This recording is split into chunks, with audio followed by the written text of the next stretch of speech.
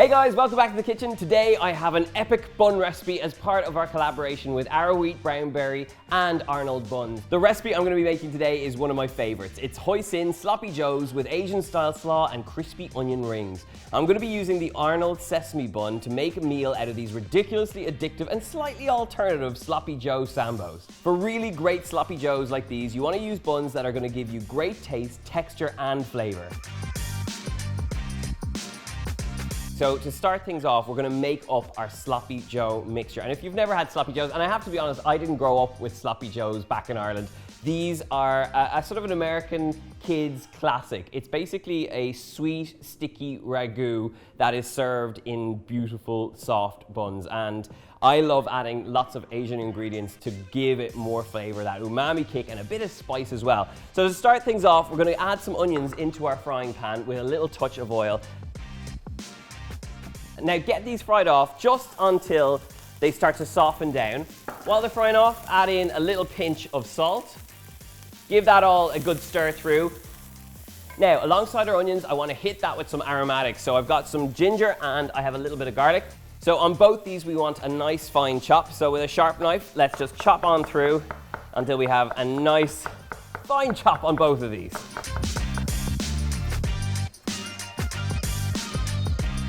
So once you've run the knife through the ginger and the garlic a few times, you should be left with a very finely chopped mixture that is just full of aromatic flavor. So heat back up on our onions. We're going to scrape this into the pot and we're just going to fry this until it becomes really aromatic in the pan. You should know when it's done, when it starts to smell really vibrant in the kitchen. So straight in with that, and I just love the addition of ginger and garlic to a dish like this because it just powers through with so much more flavor. You could also add some finely chopped red chili if you fancied, but I'm going to add some sriracha sauce a little bit later, so I'm going to keep the heat down low just for the moment. So you only need to fry this off for about 30 seconds or so and you'll start to smell it come alive in the pan. And it's at that point we're going to get in there with our beef mince. For this, as always, try and get the best quality beef mince you can get your hands on. Something with a rich red color like this. Plus, it's got a nice bit of fat running through it, so it's going to add loads of flavor in there too. So pop this straight into the pan. And just with the wooden spoon, make sure this is up at a nice high heat, just until it starts to break up into nice little pieces. Make sure your heat is up nice and high because what happens is when you add that mince in, it brings down the temperature. So if you don't have a nice high heat, you're not going to get that browning we're looking for. And another great little tip to make sure that you get really great flavor out of your mince is that once you've kind of broken up the majority of it, you're going to set it across the pan, get your hand out, stop mixing it, and let that heat catch the base of it. Sometimes if you ever have mince and it's frying off in the pan and it produces a lot of water, it's because there's too much steam and there's too much action happening. So leave it to sit, let that liquid come out, let it cook out, and then get in there and start mixing it up. It's a really great way to get that nice browning action we're looking for, which is going to give you flavor.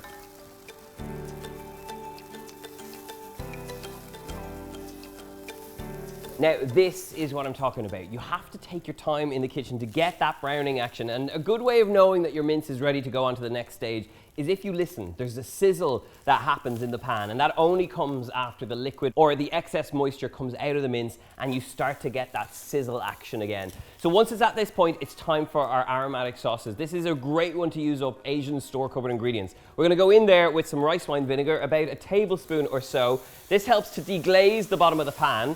And you'll notice that liquid that comes out will help you just scrape off any of those brown bits off the base of the pan. To this, we're going to go in there with some soy sauce. And all this liquid we're going to add is going to help you bring together the base of that pan where it's gone nice and gnarly and brown to create a really rich sauce. Hoisin sauce goes in, which is our essential ingredient to these Sloppy Joes. So get that straight in there. And then it wouldn't be Sloppy Joes without some tomato ketchup, so a few tablespoons go into the mix as well. Give that a good stir through, and the minute you add those sort of aromatic Asian ingredients, it just starts to smell wonderful in the kitchen. So we're going to cook this out until this becomes quite dark and sticky. You could add a little bit of honey in here, you could add some maple syrup, but ultimately what you're looking for is this really rich and unctuous mix in the pan that's going to fill our beautiful buns. And finally, to bring it all together, we're going to add a good glug of water and let this simmer out until it thickens up and you're left with a really rich and sticky mince mixture that's going to fill our buns.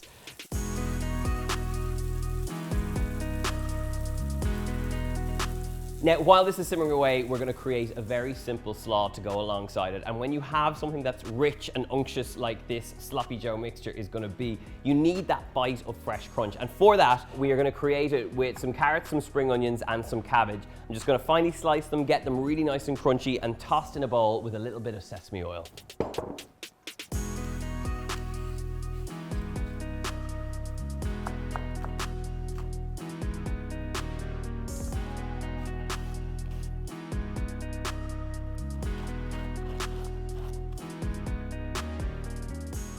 Okay, so now we have all our slaw ingredients. We've got the carrots, we've got the cabbages, and we've got those spring onions, so it's time to add a bit of flavor. For this, we're going in there with a good dollop or so of mayo. We're gonna flavor it up with a little hit of some rice wine vinegar, about a teaspoon or so for that sharpness we're looking for. And then to bring it all together and give it some really gorgeous nutty flavor, we've got some sesame oil being added in here as well. Whoa, that was too much. Only a teaspoon's amount, please.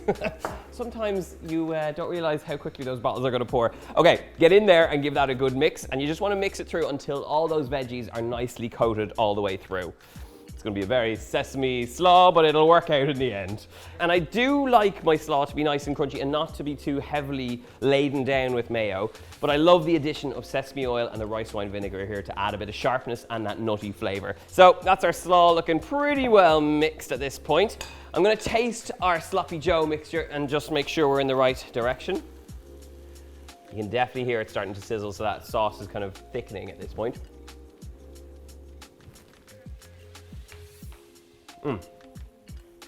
Wow.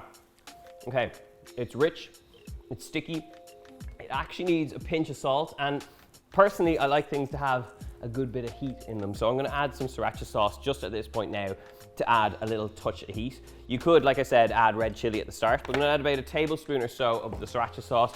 Just mix that through while it's still on the heat, and you should be left with something that has real bite to it.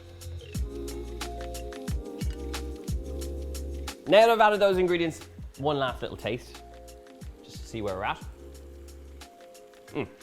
Yeah.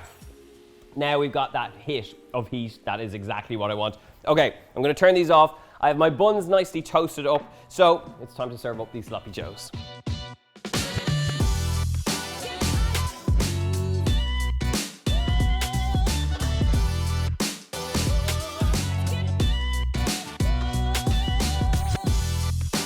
Once you sandwich this together, you have the perfect bun filled with Sloppy Joe action. And they don't call it Sloppy Joes for no reason. These are meant to be a bit rich, a bit dirty, probably drips down your arm a little bit. That's a good thing. So we're gonna dive in here and see how they taste. Wow, that is just ridiculously addictive. The heat in there from the sriracha, I'm glad I added that. But also you've got that crunch of the slaw, those crispy onions on top, and then that rich umami-filled Sloppy Joe mixture. The buns are perfect with it. You've got that toasted sesame action on top, and that is just begging to be eaten. If you want the full recipe, as always, you'll get it in the box below over on my website. Make sure you hit the subscribe button and ring the bell for notifications to know when these videos land. And as always, leave me a comment letting me know if you're gonna try this delicious recipe. This is just devourable. So I'm gonna eat the rest, and I'll see you soon.